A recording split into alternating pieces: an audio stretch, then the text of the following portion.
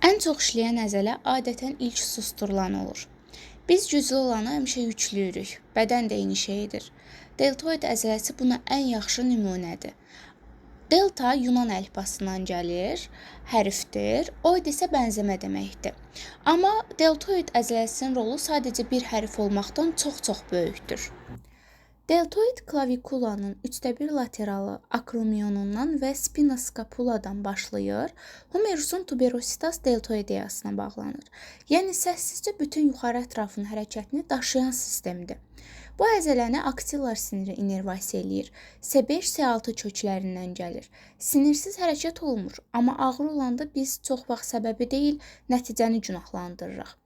Deltoidin bütün lifləri, anterior, medial, posterior deltoid birlikdə işlədikdə güclü abduksiyanı yerinə yetirir. Çiyini yana qaldırdığımız zaman, yəni abduksiyanı yerinə yetirdiyimiz zaman anterior deltoid tək işləmir. Əvvəlcə supraspinatus, yəni rotator manjet əzələlərindən biri olan supraspinatus humerusun başını glenoid fossuda sabitləşdirir. Sanki hərəkət üçün zəmin yaradır. Amma əlbəttə, deltoid əzələsinin 3 hissəsi olmağına baxmayaraq yük bərabər paylanmır.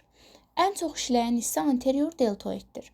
Anterior deltoid fleksiya, internal rotasiya hərəkətlərini yerinə yetirir. Yəni nəticədə itələmə, atma, uzanma kimi hərəkətləri başladır. Bu hərəkətlərdə ona pectoralis major da kömək eləyir. Qapını itələyərkən, su şüşəsini rəfdən götürərkən, çantaya uzanarkən bu əzələ susmur, həmişə aktivdir.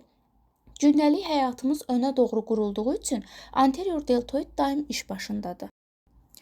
Deltoid böyük qüvvə yarada bilir, çünki pennat tipli əzələdir.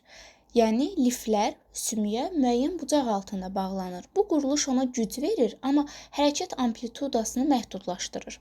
Anterior deltoid isə bu sabitlik üzərində hərəkəti başladır və pectoralis majorla birlikdə itələmə və atma hərəkətlərində əsas rol oynayır. Bu qədər istifadə olunan əzələ zamanla güclənir, amma tək qalır və bədən bunu ağrı ilə bildirməyə başlayır. Bu zəiflik deyil, balanssızlıq nəticəsində olur.